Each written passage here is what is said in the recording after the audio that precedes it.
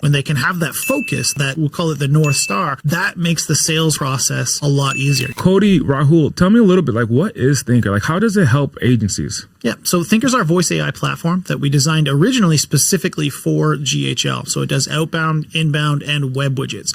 How it helps agencies really is it uncomplicates the process. Okay, so it makes it so that, instead of having to be a prompt engineer to figure out different use cases and having to build all this stuff out, it's literally plug and play for any scenario you want. We've even built in something where you can actually have a conversation with it for 4 or 5 minutes, and you're able to actually spit out something that works and is functional.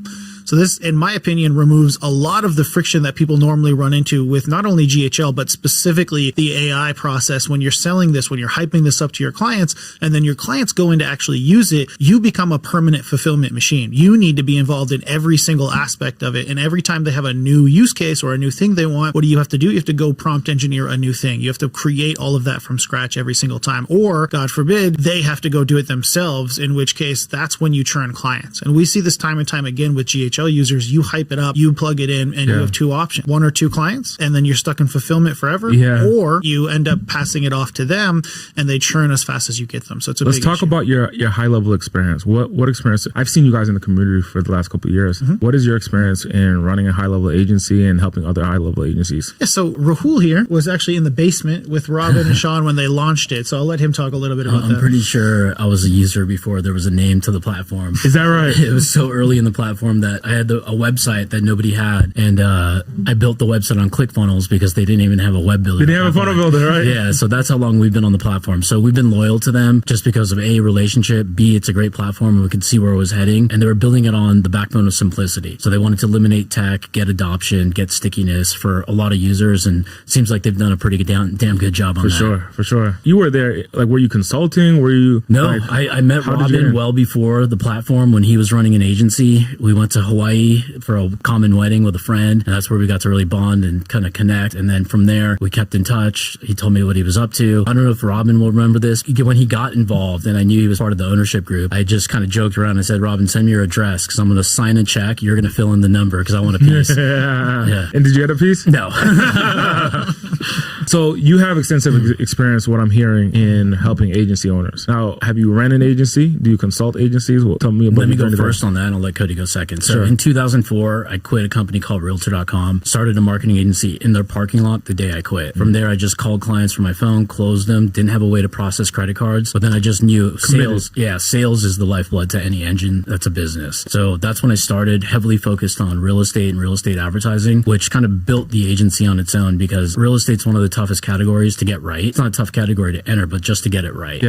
So I think that teed us up to work with, no offense, real estate agents if you're out there, one of the worst markets and the hardest people to satisfy, where everything became a breeze thereafter. And what were your services when you were helping agencies? I was doing realtors. With real estate agents, it was primarily, I'm a foot in the door offer guy, so I want to transact with you as quickly as possible to earn your trust through money, not just a good conversation, because I hate long sales cycles. I just knew if you can give me something or pay me something small, I can upgrade you once we build the relationship on my fulfillment. So we started off with banner ads. So back in the days, that was a big way of advertising, digital display ads. So I would see the ad on the internet, I would copy it, put it on my desktop, call that realtor, and then just call them till they answered and told them, buy from me. Basically, I said we had that. That was when Will Smith's Getting Jiggy With It song was around. Oh my goodness, okay. So I'd say, let's get clicky with it and just joke around so you get more clicks and turn those into clients. So you can monetize your great advertising versus just have a cool billboard. So that's where I started. Then it ended with buy this ad, buy 10 more units from us, go into landing pages. Then it eventually turned into optimizing their websites for search engines, etc. So it was kind of just like a natural flywheel back then. This is pre-ClickFunnels for those of you guys that are listening. What year do you recall?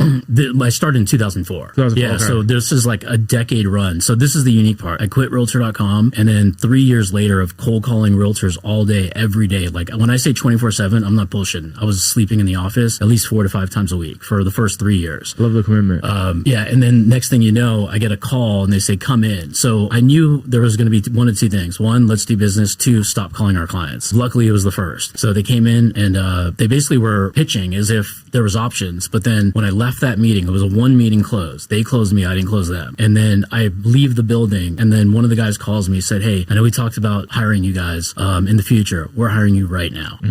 So then that's how the relationship started. So the company I quit, quit, I became a vendor. Uniquely, I quit because they wouldn't give me a pay raise. And then from making like around $100,000, just shy of that, my very first year there, back then it was a shit ton of money. Yeah.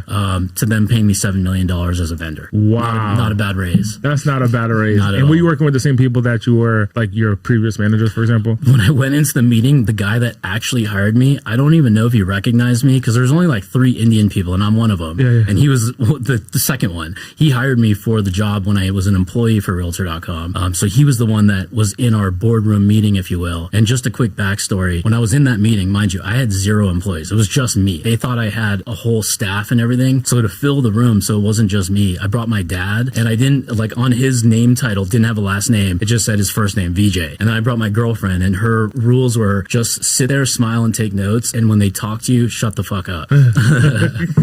So you came in with your executive leadership team. Yes, exactly. And then I went back and then had to hire a bunch of local talent because they paid you. Oh yeah, they paid me. Well, they were paying me per unit, so it was all success fees. So I was getting $0 retainer. Anytime they gave us an advertisement to fulfill on, we got paid on the order. So we started off with the very first round was like 60 units, and I was cold calling and doing 60 on my own. So I was like, this is bullshit. It's not that much volume. So I'm like, I can handle this by myself. And then one day they popped in 66 orders in one single day, and then it turned into 100 units per day. Yeah. So you need to get them traffic and get them placement. Oh yeah. So they were selling the advertising on their website. We were delivering the designs that were the graphics. Gotcha. Yeah, so we went from doing the graphics to doing the funnels, and then other clients had other needs like logos, graphic design. Oh, I see. You were doing the banner ads on Realtor.com. We were fulfilling for them. Yeah. I see. I see. Got it. Yeah. So it was an easy production line to build. We didn't need high-end talent. All we needed was anybody that wasn't quote unquote dumb, that can speak and articulate, and that was it. Because I created an SOP that was a production line. Let me ask you a question. So that's like 21 years ago as of today. What were you working with offshore talent back then? Was it as common as it is today? Well, for me it was, because I was born and raised into an Indian family. So my dad had a software company. The developers were overseas. So as far as me starting a business, my thought process wasn't hire locally. My thought process was already engraved. Let's get overseas talent. Got it. Cody, what is your experience in the agency world? Yeah, so I started my agency back in 2012. So it sounds better before you hear somebody who's been doing it for 21 years. It's a little bit of experience. And back then it was a little different, right? That was back when you're trying to convince people to be on social media as opposed to convince people that you're better than everyone else. So it was during the Facebook boom. And so, my whole thing was cold calling what used to be called the yellow pages. There was these things called a phone book back then that there isn't anymore. Walking around the block, doing all that stuff and building it up. And again, with realtors a lot, which is how we ended up merging a few years later. And then we've ended up working together ever since on that. And then we launched the GSD and trained about 1,000 different agencies since then over the last 7 years or so. So a lot of that has been put into what we're doing at Thinkrr and all that other stuff as well. So let's talk about the connection. Where did the connection between Rahul and Cody become? I don't think we both fully know, but I know that somehow it might have been his assistant or voice or virtual assistant emailing me or something. And it was perfect timing because I don't really respond to cold emails because he was doing a lot of e-commerce Facebook ads at the time. And I didn't do anything in e-commerce space. And the budgets I was working with were different. So I had a guy and I basically said, look, I'm going to delegate you to one of my buddies. I'm like, you got to tell me your monthly management fee budget. And if it's appropriate, I'll do the intro. But if I do the intro, you have to buy. And then the guy said, I'll do it. And then I said, all right, I kicked it over to him. And the guy just randomly, actually, when I was at Hawaii, when I met Rob and Alex, that guy called me on Skype, which was a thing.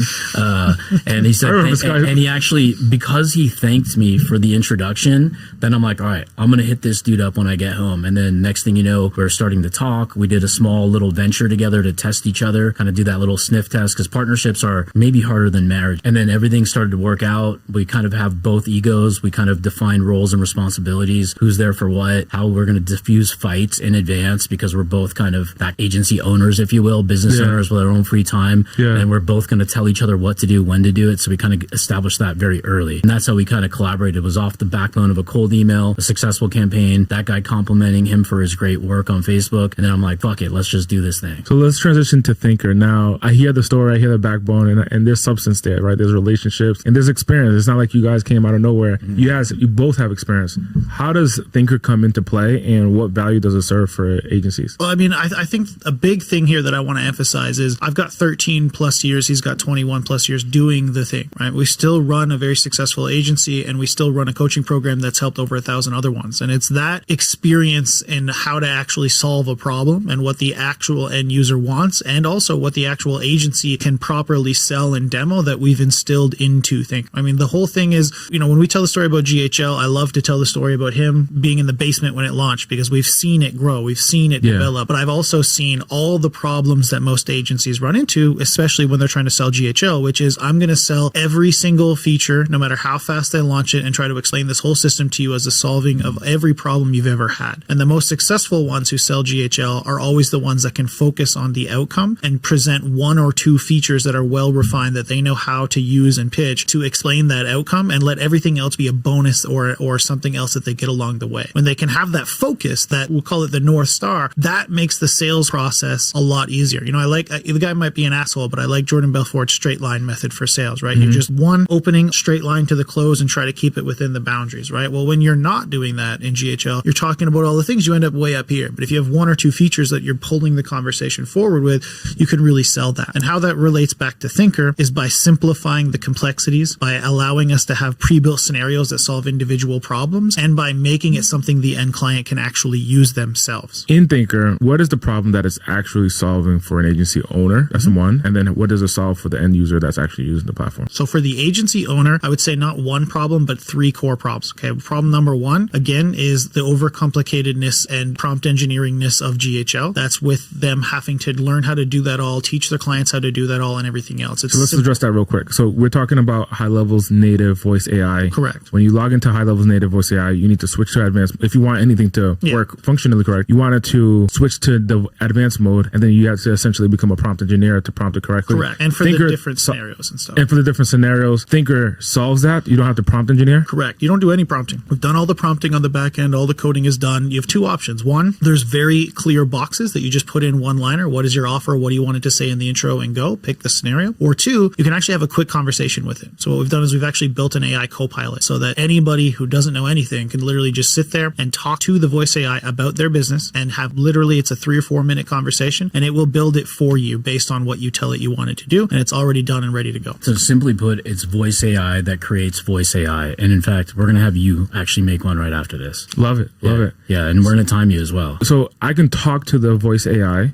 and tell it the use case that I want it to work for, and it'll build the prompt in the background, and I don't have to actually manage or edit the prompt. What about hallucinations? Like if I'm prompting, I can control at least some of the input. Yeah. What about hallucinations? Can I control any of the input? So we have a team of expert AI engineers that have built this in the back. All the prompting and all of that kind of guardrail stuff is there, but we do have places like agent guidelines and some other spots where you can go in and manually do it if you want to. So it's a section where you can put your own guardrails on it. If you need that kind of customization, it is available for you there, but it's not necessary. If you don't do it, there's pre-built guardrails and customizations already done for every single thing. So you don't need to know how to do the prompt engineering if you don't want to. Okay. Now, what is core problem number 2 and 3? Yeah, so core problem number 2 that I mentioned off the top of the thing is actually being able to have these use cases. And what I mean by that is there's certain things like an appointment reminder bot. Right? So we have sales teams at every one of our companies. We always have a SDR rep that calls and confirms calls, right? They reschedule, they cancel, they try to repitch them. Right now, that functionality either hasn't been in the GHL stuff or it's overcomplicated to try to create. So we have those pre-built as a scenario inside the system. For outbound. Correct, for outbound.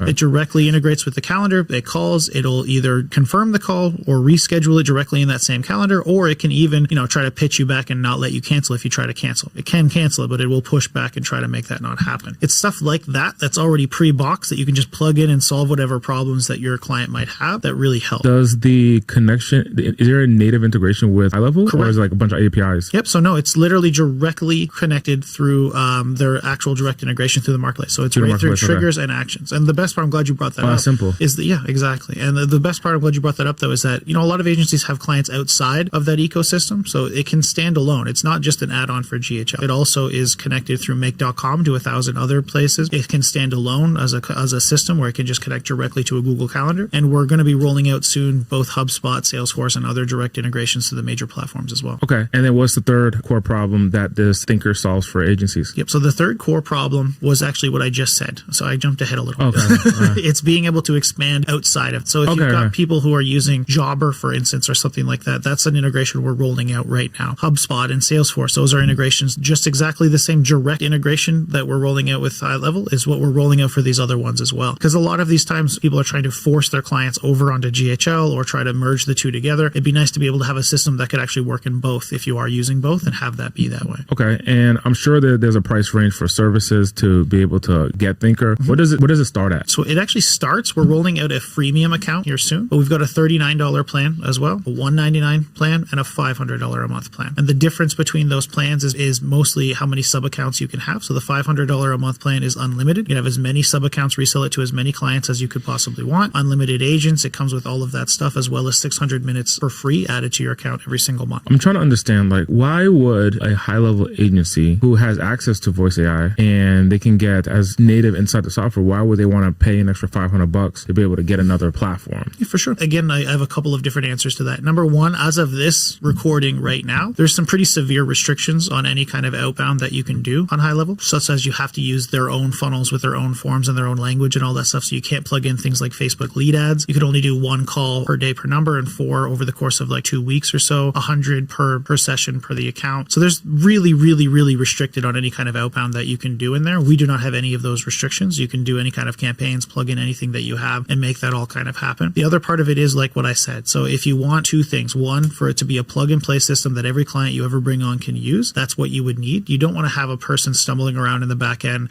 trying to figure out how to make prompts. That's how we see people lose clients all the time. And so the best thing is to have this as that on it and fully white label it. You can white label the payments, you can upsell on the minutes, you can white label the system, all of that connected to your same white label on GHL. And now you've got a system that if they want to make a new inbound agent, a new receptionist, or for a new support agent or any of those things, they can have a simple 3-minute conversation with the AI and build that new thing themselves and have it plugged in. For the end user, technically, can the end user use Thinkrr and the experience look as if it's native inside of that sub account? 100%. So they can add like a voice AI custom menu link on the left-hand side and say, this is your voice AI system, log in, and then do they have to put a credit card into Thinkrr, or is like the agency the one selling it? So you have options. So the agency can buy the minutes and distribute those minutes to their sub accounts if they want, or they can put a direct credit card inside of the Thinkrr account. And again, they can white label that. So that's a cool feature that we have in there. If they put their credit card into their account and they have white labeled it all, the charge will be from the GHL account. It won't be from Thinkrr. So if you have GHL Engine set up, it'll show the charge for the minutes under GHL Engine. So it's very cool. That is phenomenal. So what are the challenges that people who are brand new to Thinkrr typically have? Actually,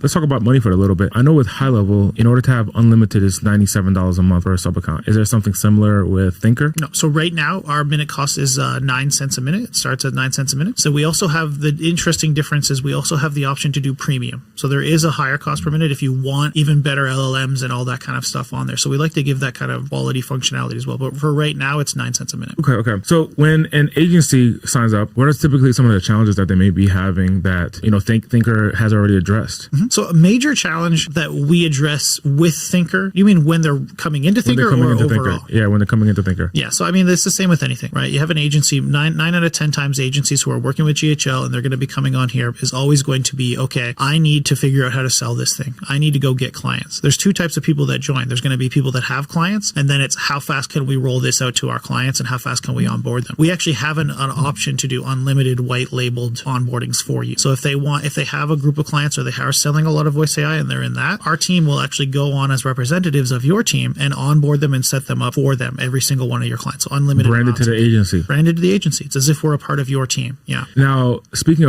to agencies, we're hosting the GHL Engine Summit that's coming up, and Thinkrr is a sponsor of the VIP day. Tell us a little bit like why you decided to sponsor the event and what value are you excited to bring to the agencies that are going to be attending? Yeah, I'm honestly pumped about this. So I'm glad to talk about this. I think the biggest thing for me right now is High Level has done a fantastic job, as they always do, at getting people hyped up about voice AI. Yes. Okay. And I love to say High Level does a great job at hyping things up so that other people can sometimes come in and make it a little bit better. So that's kind of what I like to do. Is, okay, everyone's hyped up. And now what I'm seeing is the problem inside the community right now is it's not working. It doesn't quite do what I want it to do. How do I make it work? There's too many restrictions, et cetera, et cetera. They'll get there. They always do. They always do eventually.